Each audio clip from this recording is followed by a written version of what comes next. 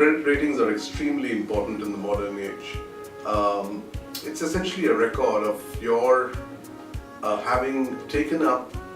certain credit products in the past, and a record of how you performed on them, and whether you displayed the ability and the intention of using credit wisely.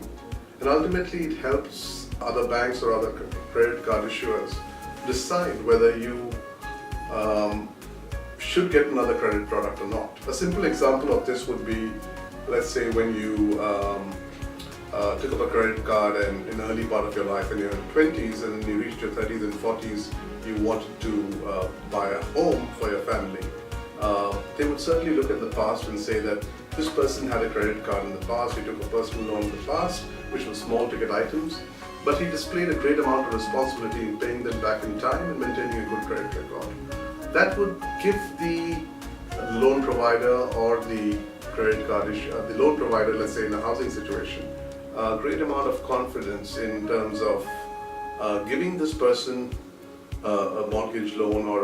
or a housing loan, and also in terms of determining the interest rate. If the person has displayed extremely good credit history in the past, it certainly helps not just in originating of a new loan, but it also helps several times in the pricing itself. So maintaining a credit history is very, very important, and as I often say, use credit wisely, because if you use it responsibly and you keep it under control, you're able to get the best pricing and the best of loans in the future when you need them most. So creating a good credit history from the time that you start working or when you get your first credit product, be it a personal loan or a credit card, is extremely critical for the rest of your life. And maintaining that over a period of time significantly adds great value to your life, because you get much better pricing, and it's much easier to get a loan when you have a good credit history.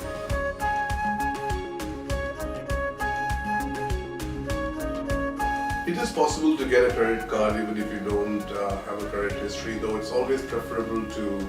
have a credit history. But there are several banks like ourselves who help you develop a credit history. So if you have, let's say, a banking relationship with us already, or with any other bank for that matter, and they may so choose to do so themselves, keeping a good bank account and ensuring that you use the bank account methodically may give credit comfort to the bank, and they may basis your performance of your savings account or your investments and your displayed ability to make payments, or the fact that you have the financial power to take up a credit card or any other credit product would be facilitated with the banking account that you have. There are several banks who also use other surrogates of an ability to pay or an intention to pay. This could be memberships of clubs, or it could be, but each bank has its own methodology of evaluating that. And most banks do prefer the customers to have a credit history,